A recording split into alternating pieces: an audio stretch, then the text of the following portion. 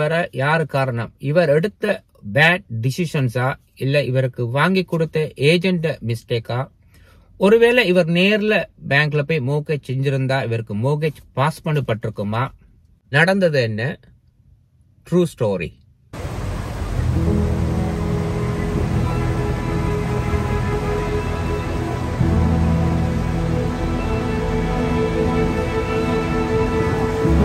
வணக்கம், எல்லாம் எப்படி இருக்கிறீங்க?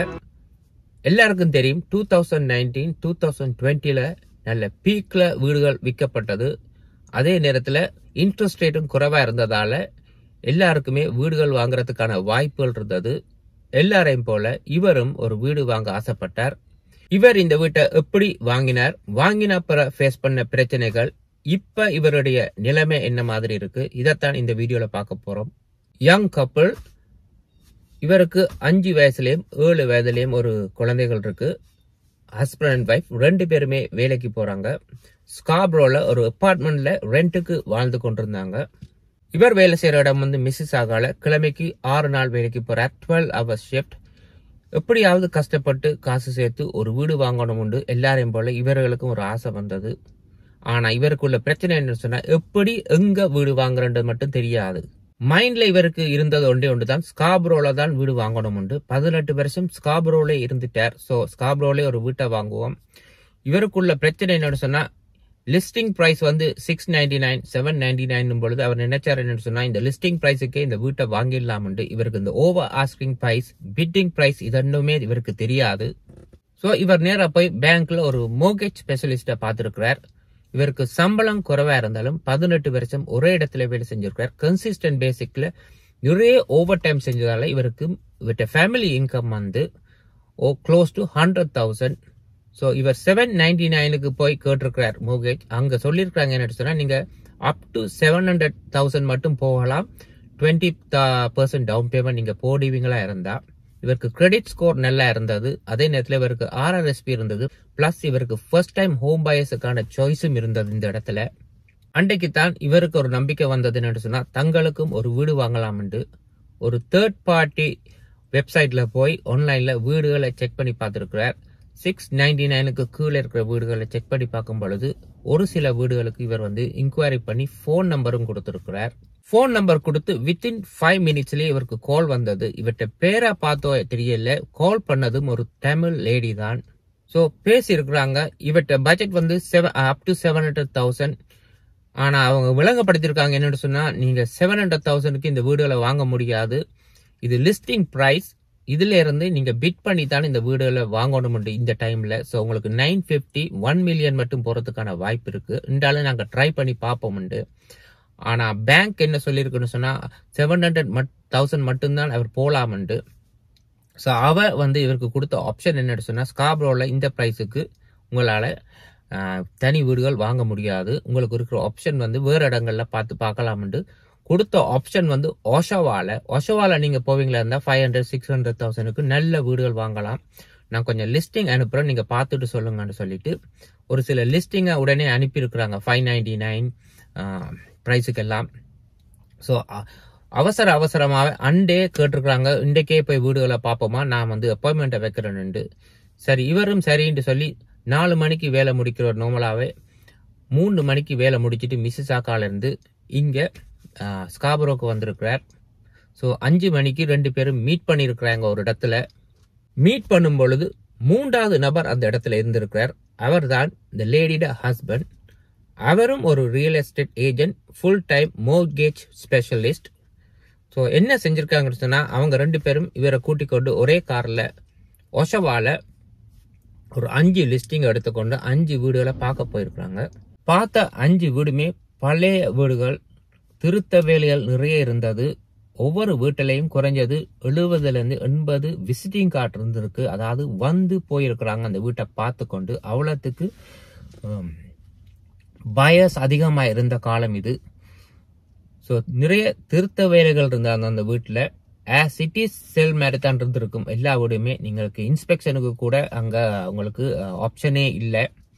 ஸோ பார்த்த 5 வீட்டையும் இவங்க ஆஃபர் பண்ணிருக்காங்க. என்னன்னு சொன்னா, 5 வீடுமே நல்லா தான் இருக்கு, நீங்க ஆஃபரா இன்றைக்கு கொடுங்க, நாளைக்கு கொடுக்காட்டி இந்த 5 வீடும் நாளைக்கே போயிடும். ஏன்னு சொன்னா இன்றைக்கு மார்க்கெட் அப்படித்தான் இருக்குன்னு சொல்லியிருக்காங்க. இவருக்கு அந்த 5 வீடுமே பெரிய அளவுல பிடிக்கல. இருந்தாலும் எப்படியாவது இந்த மார்க்கெட்ல ஒரு வீடு வாங்கணும்ன்ற ஒரு எண்ணம் இருந்து கொண்டே இருந்தது.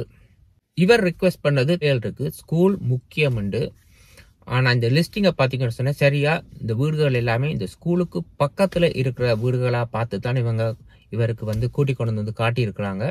ஸோ இந்த 5 வீட்டுல 2 வீடை வந்து இவங்க ரெக்கமெண்ட் பண்ணிருக்கிறாங்க.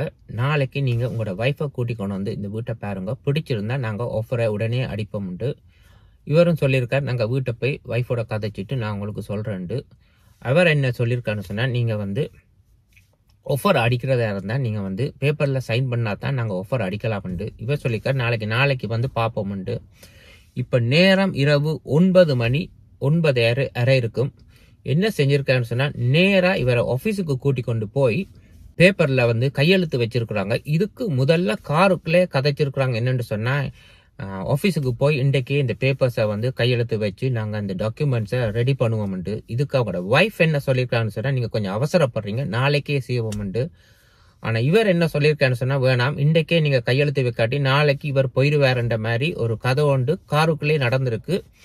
பின்னுக்கு இருக்கிற இவருக்கு அது கேட்டிருக்கு. ஆனா இவருக்கு அந்த நாலேஜ் அந்த டைம்ல பெருசு அளவுல இல்லாதனால இவர் ஒரு சிக்கல்ல இருந்த மாதிரி தான் அவர் இந்த காருக்குள்ள இருந்திருக்கிறார். எப்படியாவது இதை விட்டு வெளியில வர முடியாது, ஒரு ட்ராப் பண்ண மாதிரி. இரவு 9:30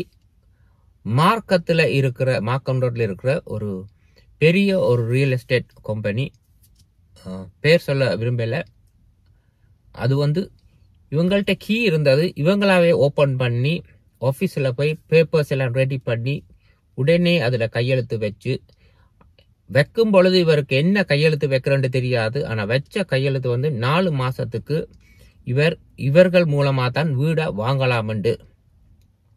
இதுல என்ன நடந்ததுன்னு சொன்னா, இவர் கண்டாக்ட் பண்ணது வந்து டைரக்டா ஒரு லேடியோட.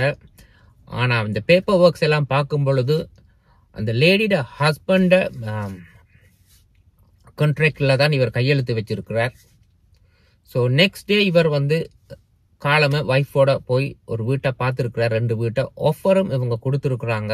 அந்த 2ல ஒரு வீட்டுக்கு இந்த ஹஸ்பண்ட் வைஃபுக்கு வந்து பெரிய அளவோட நாலேஜ் இல்லை. ஆனா அவங்களுக்கு இருந்த ஒரே ஒரு நாலேஜ் என்னன்னு சொன்னா, எப்படியாவது நாங்க ஒரு வீடு வாங்கணும், இதுதான் அவங்களுக்கு இருந்த ஒரு குறிக்கோள் வழியே. மற்றபடி இவங்களுக்கு வீடு நல்ல வீடா, இதை வாழலாமா, இந்த ஏரியா நல்ல ஏரியாவா சொல்ல மறந்துட்டேன். இவங்க வாங்கி கொடுத்த ஏரியா வந்து ஆஃபர் கொடுத்த ஏரியா வந்து ஒஷாவா வந்து சவுத்துல ஒரு டிஃப்ரெண்ட் கம்யூனிட்டி இருக்கிற ஒரு ஏரியால.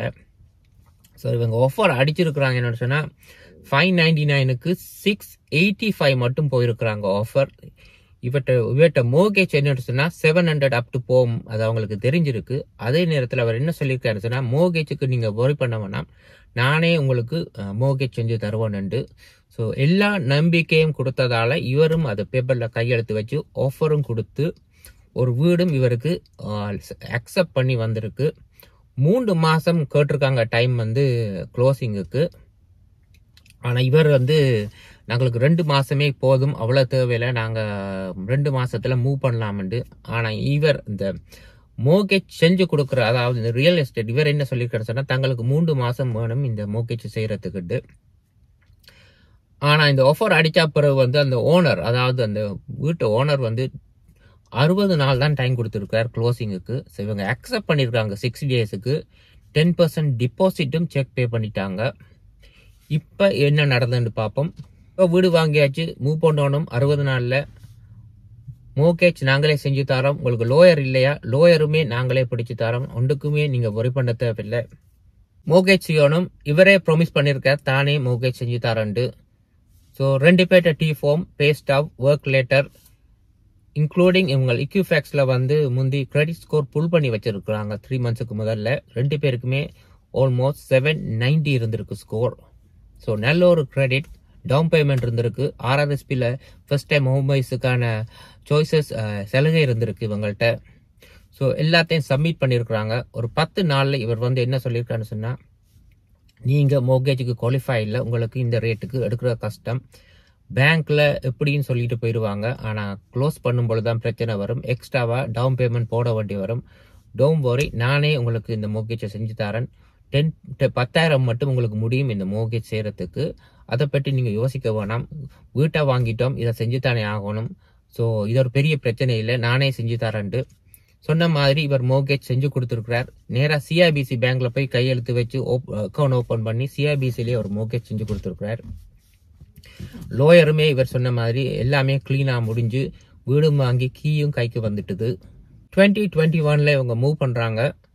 2022 தான் இவங்களுக்கு ரியலைஸ் பண்றாங்க தாங்க வந்த இடம் பிழையான இடமா, இந்த லொகேஷன் சரியான லொகேஷனா, இந்த ஸ்கூல் சரியான ஸ்கூலா, இந்த ஸ்கூல் பிள்ளைகளுக்கு என்ன மாதிரியா பொருந்துது. எப்படி இதை பாக்குறாங்கன்னு சொன்னா, ஸ்கூல்ல இருந்து கால்ஸ் வருது, லெட்டர்ஸ் வருது. பேரண்ட்ஸ் மீட்டிங்ல என்ன சொல்றாங்கன்னு சொன்னா, பிள்ளைகள் படிக்குதல் இல்ல, ஸ்கூல் வீட்டுல வச்சு படிப்பீங்க, ஸ்பெல்லிங் பிரச்சனை இருக்கு, கான்சென்ட்ரேட் பண்றாங்க இல்ல கிளாஸ்ல, இப்படி நிறைய பிரச்சனைகள். இது ஸ்காபரோல இவங்களுக்கு இந்த பிரச்சனை இருக்குல்ல. 2 பிள்ளைகளுமே நல்லா படிக்கக்கூடிய பிள்ளைகள். என்ன நடந்ததுன்னு சொன்னா, கம்யூனிட்டி நீங்க மூவ் பண்ணும் பொழுது என்ன இந்த பிள்ளைகள் என்ன சொன்னா, ஒரு மல்டி கல்ச்சர்ல இருந்து நீங்க ஒஷவால போய் சவுத்துல ஒரு வீடு வாங்கி ஒரு கனேடியன் பிள்ளைகளோட படிக்கும் பொழுது அங்க இருக்கிற டீச்சரா இருக்கட்டும் பிள்ளைகளா இருக்கட்டும் லேஸ்ல சேர்றது சரியான கஷ்டம். இந்த பிள்ளைகள் அந்த ஸ்கூலுக்கு போய் படிச்சுட்டு வந்திருக்கிறாங்க ஒரு ரிசர்வ் டைப்ல. அதாவது இந்த பிள்ளைகளை அவங்க பெரிய அளவுல டீச்சர் மேரும் கவனிக்கல, மற்ற பிள்ளைகளும் சேர்ந்து விளையாடவும் இல்லை, ஒரு ரிசர்வா இருந்திருக்கிறாங்க. இந்த பிள்ளைகளுக்கு படிக்கிற மூடும் இல்லை. அதே நேரத்தில் டீச்சர்ஸ் பெரிய அளவுல இந்த பிள்ளைகளுக்கு ஊக்கமும் எடுக்கல. ஸோ படிப்புல இந்த பிள்ளைகள் மட்டுமில்ல மன ரீதியா தோய்வடைஞ்சிட்டாங்க. ஸோ அதே நேரத்தில் இவர் என்ன ரியலைஸ் பண்ணான்னு சொன்னா, ஸ்காபரோல இருந்து மிசிசாகாக்கு வேலைக்கு போறதும் ஒஷவால இருந்து மிசிசாகாக்கு வேலை தூரத்தையும் பார்க்கும் பொழுது பிள்ளையான இடத்துல வீட வாங்கிட்டோம். ஸோ வந்த இடம் சரியா பிள்ளைன்றது அப்பதான் இவர் புரிய ஆரம்பிச்சது.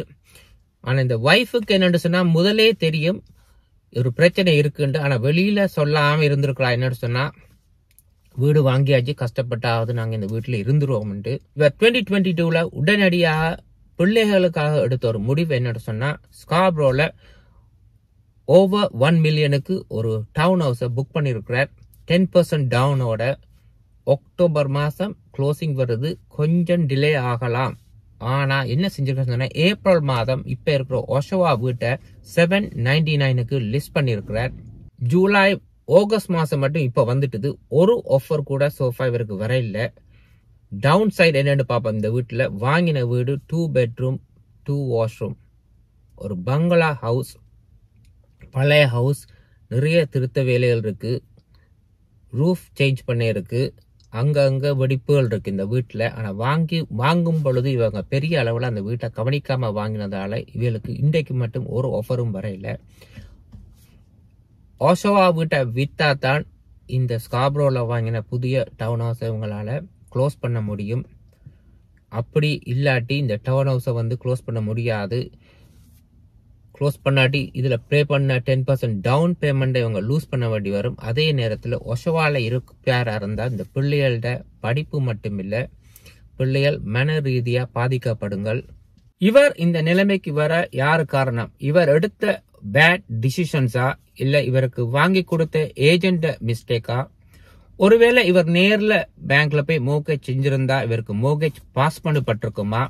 இல்ல இவர் வாங்கின வீட்டோட லொகேஷன் ஒரு இஷ்யூவா இருக்குமா? இல்ல வாங்கின பிரைஸ் தான் அதிகமா கொடுத்து வாங்கிட்டாரா? கமெண்ட் பண்ணுங்க. இன்னொரு வீடியோல சந்திப்போம். நன்றி, வணக்கம்.